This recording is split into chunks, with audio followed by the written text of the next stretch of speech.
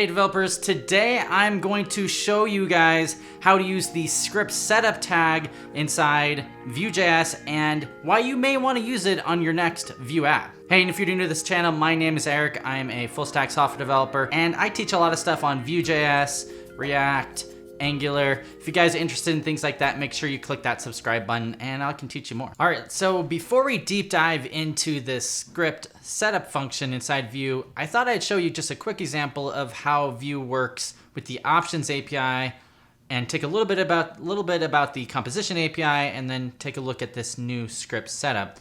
So here I have an app open here. It's a Vue 3 app. And usually typically if you're using the options API, which was really popular and came with Vue 2, and it also works with Vue 3 as well, by the way. Just realize you have a lot of options when you're using Vue.js 3. You don't have to use the composition API or this new script setup.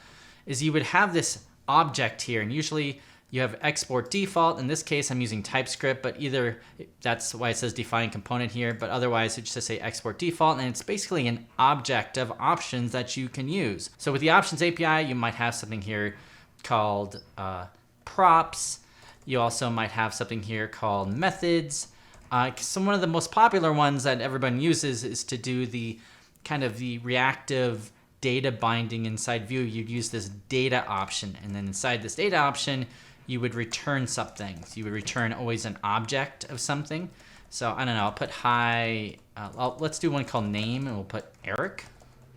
And then once you do this data, which actually in this case we'll make it a function here, this data will actually be now available inside your template. So if you come down here to the bottom, I have this template. I don't know, I can do H5.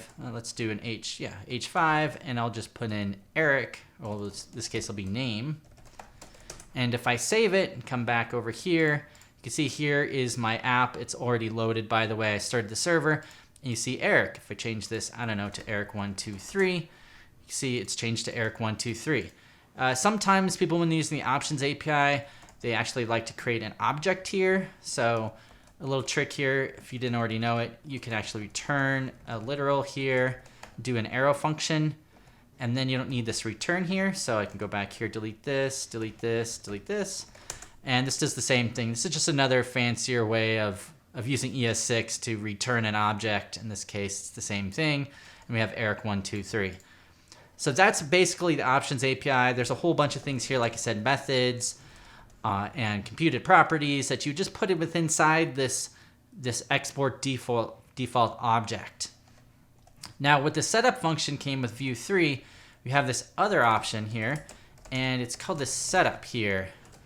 And then inside the setup, this is where you could declare your variables. So in this case, I could just put in let name equals Eric, and then I would return whatever variables I wanted to use. And in this case, it'll be name. So if I do it like this is equivalent. See, it works exactly the same way. If I put in Eric456, you see here, it still works as we expect it to. It's just a little bit of simpler syntax, and you put all your information in the setup function.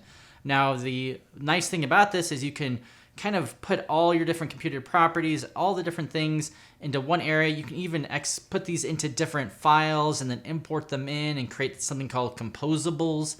So you have a lot of options here. Now, if you're using this setup function in this composition API, you're typically still going to have to put in props here and define them with props like this. And you still define components in a components object or array, where you have to define each component, and you have to define these components so that they're available inside the template. So let me show you what it looks like now. If let's say this example, we just have something very simple, the hello world, and now we're trying to convert it over to using this script setup. So this is pretty easy. So all we need to do is, I'm actually just going to delete this whole thing. And instead of where it says script language TS here, I'm just going to put in something called setup. Now this function will be this kind of, which came in Vue 3.22, this new setup script tag, and this new way of doing it. So instead of having to define our components and return them, and define them in the components array, or create reactive variables and return them, we can just put them in here like this. So I'm gonna put let name equals Bob, And if I save that, it just works. See, right here, I didn't have to create this object. I didn't have to put a data. I didn't have to return anything from a setup function. It just works, which I think this is one of the reasons that this might be the way people in the future use Vue. I really think this is so simple that, let me say, not simple, but straightforward. There are some things that could be complex about this, and I'll talk about that later. But this is so straightforward that I think a lot of people could really understand this and use this method to create Vue apps. So, I mentioned 2 components. I can actually create a component. I don't have to actually put it inside I don't have to declare it anywhere, and it'll just work. So let me show you how that works. So here I have an empty components folder. I'm just gonna create a new file. We're gonna make the quintessential hello world Vue file. And I'm gonna put a script tag here, and let's do script setup. And actually, I don't really have anything, so I'm just going to put in something that says hello from component. And yeah, we'll just leave it empty like this for now. And I should be able to import it into my app view. And to do that, inside the opening and closing brackets of the script tag, I can just import in, we'll go components / hello world.view. And we have to go import hello world, because it's a default import, from, and we'll make sure we have this here, hello world, import there. Cool. Now it works. So you can see here we've been able to import in hello world, the component. We've been able to create reactive variables here, or a variable that shows up inside this template here, and we haven't really needed to do anything else. All right, let's take a look at how you can pass information from one component to another using this new script setup. So it's a little bit different than you've seen in the past. So first, normally what you would do is in the options API, you would have to declare a props variable, an object, and you would declare what you expect from it, if it's required, and defaults, but it's a little bit different when we're using the script setup. So let's assume that from our really simple example here, that we want to pass in a name. So what we want to do is, I kind of clean this up a little bit. I just have this hello world, and I have hello from components, and I just want to display the name that's passed in. So to do that, I just need to I'm going to create a new variable called props. And what's really neat about this is there's a few things called define props, which is actually a macro that's built into the script. We don't even need to import it in, and it will work for us. So we just need to do define props. And then inside this define props, we'll create an object. And this object will be whatever prop we're expecting to be passed in. So in this case, we're going to call it name, and then the type is going to be type string with capital S. And now we should be able to access it right from here. So I'll put H5 right here, received name, and then props.name. And now, if we come back to this hello world here, I can just pass in Bob123. Let's make it a little more fun. Let's call it Eric. And I'm going to pass it in. I'm going to bind it. That's what this colon is right here. That works the same as in Vue 2. And we're going to just pass in name. And if we save it and refresh, you can see here, receive name Eric. Sweet. So we know right away this is working correctly. And just so you can see a little better, I'm going to turn off my video. All right, so now we have this defined props here, but what happens if we wanted to put like a default value in here? So the way you do that is you can't just add in a default value inside this curly brackets, but what you could do is you use this thing called with defaults. You wrap it in here, and we're gonna have to delete this out of here. And the next thing we need to do is we pass in an object to the second argument, and this argument will be whatever defaults we want. So we're gonna call something called name, and then we're gonna, let's say the default we want is Stuart. Now, one thing this is not going to work is if you're using this with defaults, we're going to have to use TypeScript to define it. So the way you do that, we can do something like this. We're going to use these greater than, less than, which kind of infers the type for this define props. And we're going to have a name, and it's going to be type string. And since it is optional, since we want it to be optional because we'll assume that if someone doesn't send over the name, then it'll send Stuart. We'll just put this question mark here. And if we do that, once again, it looks the same here, but if we go back to the app view and we delete out name and we save it, you see now it started with Stuart. So that's really cool. Typically what I would do also, I wouldn't necessarily just put the type in here. I would create an interface or a type. So I like interfaces. So I'm gonna make an interface called props. I'm gonna put name and type string. And then I'll just, instead of just having it like this, I'll pass in the props. So this is typically when you're gonna see like in production. So now I have this props here, props.name, and it's coming over fine. And let's say if I take this question mark out and I don't send anything over, you'll see here, you'll get a warning in the console, missing required prop name, hello world string, hello world name. Also, let's say I put this question mark back, but instead of sending a string, I send a number, like 1, 2, 3.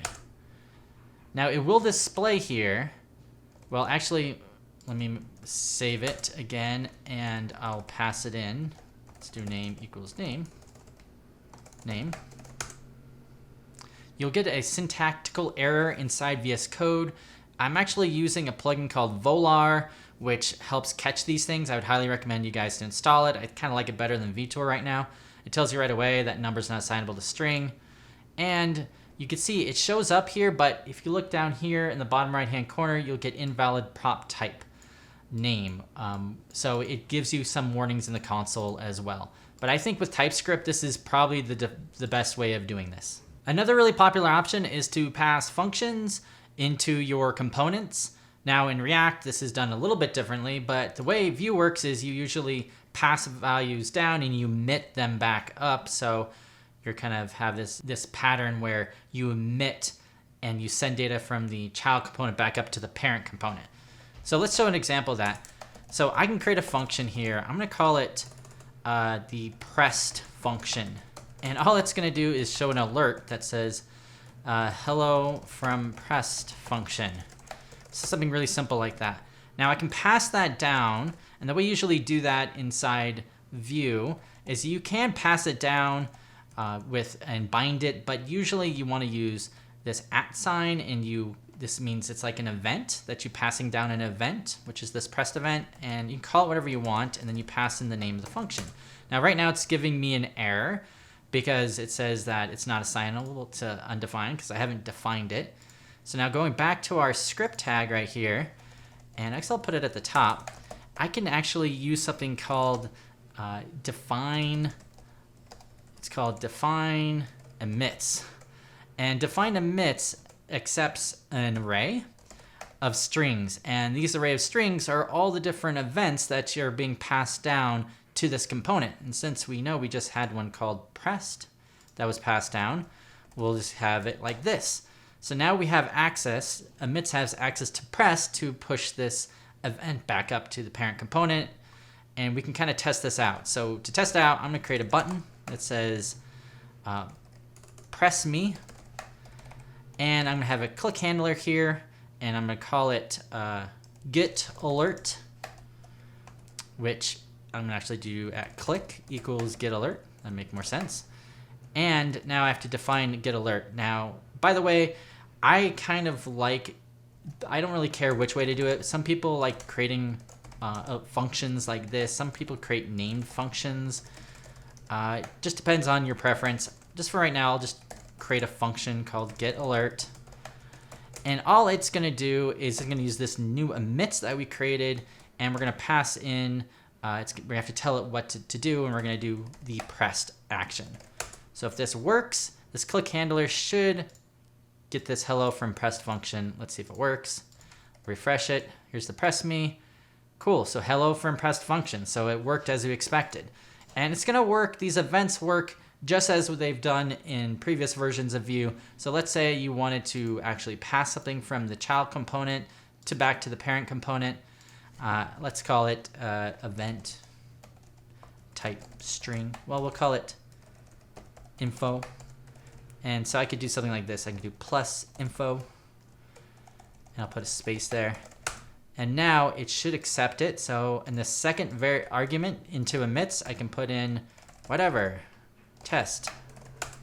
And now if I refresh it and press me, you can see here now the alert has this whatever test. So now I'm passing stuff from the child component to the parent component. Another nice feature of this script setup is that we have this top level async await, which is pretty nice. So this pressed function right here, it doesn't really do too much. It just shows this alert. But what happens if we wanted to have it display some information from a website? So let's try to do that. So I'm going to delete this function here, or I'm deleting the alert, and I'm going to actually fetch some data from a Pokemon database. So I'm going to grab some info here. We're going to wait. We're going to fetch, and I'm just going to grab from this Poke API.clo/API v2/Pokemon, and I'm just going to grab something from Ditto. And to grab the data itself, I'm going to grab, by the way, I'm just going to delete this. I'm going to grab some JSON, and I'm going to wait. I'm going to do info.json. And then finally, I'm going to set it to a value that will display here. So I'm going to create a new, I'm going to create something called Pokemon. And I'm going to use this thing called ref. This actually creates a reactive variable. And I'll set it to null for right now. And to get that, we actually have to import in ref from view. And so this, by the way, I didn't explain, this is more of a composition API, but if you want to create reactive variables, there's something called ref and there's something called reactive, but we'll just show ref for now. And what we want to do is we'll do Pokemon.value. And by the way, anytime you use refs, you have to use .value to assign it. And we'll grab the JSON from there. And then we're also console log out the Pokemon.value to see if it's working. And you can see right away I have these awaits. And you're probably thinking, well, can I just set this function as an async function? And the answer is yes. So if you have dealt with the composition API and you've dealt with async await functions, a lot of times you have to wrap those in a mounted or one of the lifecycle hooks, or you would have to kind of figure out a different way to do it. But this way you can actually wrap it in this async function here, and you don't have to do anything else. You don't have to do anything special here. So now this Pokemon should have this information in here. And if we want to display it, we can just do, I don't know, we can do a div tag here. I think it's actually, we'll just do this. We'll do a div tag, we'll do vif Pokemon. And if the Pokemon exists, I'm going to add an image, which will bind to Pokemon.sprites.back_default. So if I got that right, we should have the information we need. And don't worry about this. It's actually saying sprites does not exist on type never, because we actually never assigned it a type. So for this Pokemon, we have just ref equals null here, but we could do as any. And right now that gets rid of the TypeScript error, but we'll look at that later. So right now we have this. I'm just going to fix this real quickly. We don't want to pass anything into it. And let's see if it works. So I'm going to do this, press me. Oops, we actually have missing a colon here. So I'll save the colon and we'll refresh it. Press me. Cool, so it actually grabbed the Ditto value there for the back default. Cool, so now we were able to do an async function. Works pretty well. The last thing I want to show you guys is using adders. So this is kind of more of an advanced feature of Vue, but I think everybody should know about it. Essentially what you can do is when you pass values in from into your components, you don't have to necessarily define them all inside the props. If you don't define it in the props, it'll naturally just add it to the outermost tag that surrounds the child component, I should say. In cases like this, you're gonna have problems. So let me show you an example. So I have this hello world here, and let's say I was gonna pass in, I don't know, class equals green. So just a string called class equals green. And if I refresh the page here, you're gonna get a big error that says extraneous non-props attributes were passed in a component but could not be automatically inherited. It's because component renders fragments or text routes. So to get past that error, there's the simple ways. You just have to take the root and make sure you have one and only one single root element of your template. In this case, I'm surrounding it in a div tag. So if I do something like that, and if I try this again, I'm not getting any more errors. And I guess to show this a little bit better is, let's say I was passing green in to this hello world. I can create, I don't know, a style. And in style, I'm going to put green class, and it's going to be background color green. And then I can just see if that works. So you can see here, it added this background color green to it. But if I take away this div, then it goes away because it doesn't know where to put it and it gives a big error. So obviously that's probably not what you always want to do. So one thing you can do in your child component is to tell Vue that you don't want it to not automatically inherit adders, and you can basically place it where you want to place it. So fortunately, since you're using the script tag, you're probably wondering, like, how do you do this? Like, how do I tell this to not inherit adders? So if you're using the options API in the past, you would have inside your props or inside your object, when you're defining your component, you have something called inherit adders. But you can actually do the same thing. And the way it actually recommends is to create additional script setup.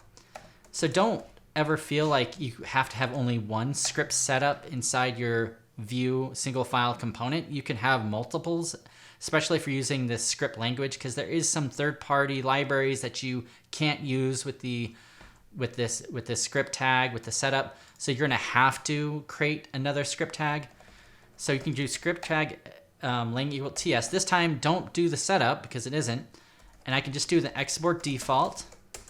And I can put inherit adders and just put it to false. And if I do that, I'm no longer getting the error. But now it's like, how do I get the green background style to where I want it to be? Because it doesn't know where to put it. So inside your script lang ts here, this one you will have to import. You can import in, it's called use adders, and it's without the quotes, from Vue. And then you can have access to it. So I can do const adders equals use adders. And then and by the way, you have to import it in like this. And then if I console log adders and I refresh the page, now you can see here I have class equals green in here. So if we now wanted to use this adders somewhere, we have two ways of doing it. We can, if we wanted to, let's say we want to just add it to this h3 tag. We can do vbind equals, and then we can put in adders, ATTRS. So there it is, worked for us, and we don't have any errors. Or let's say we didn't even want to use this use adders at all, and let's just comment it out. There is specifically in the template, you have $adders is also available. And if I do that right, which is adders not defined, I have to save it like this. You can see it works the same way. So we can either use adders and then bind it, or we can use $adders. Now I'm not going to show you this. There's also another one for slots. There's also one called use slots. So if you're dealing with slots, you can kind of do the same thing, and you also have access to $slots in the template. So thank you guys so much for watching. That's a lot to go over. So we went over everything from using the script setup, from using define props, define emits. We used with defaults. We even looked at creating multiple setup functions. So I hope you guys learned a lot from this. Let me know in the comments below if this is something you want to use in the future. And if you do you think this is the right direction for Vue to actually use this instead of using this options API or using the setup function? I'm pretty convinced that this is probably the way that most people are going to be writing Vue 3 applications in the future. It just makes a whole lot of sense, and it's very straightforward.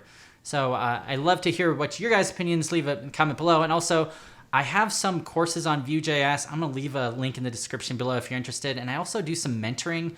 So if you check out Mentor Cruise, I'll put a link for that too in the description. I do mentoring for people who need a little bit more help in Vue and in career and for your career in tech. So let me know. Thanks.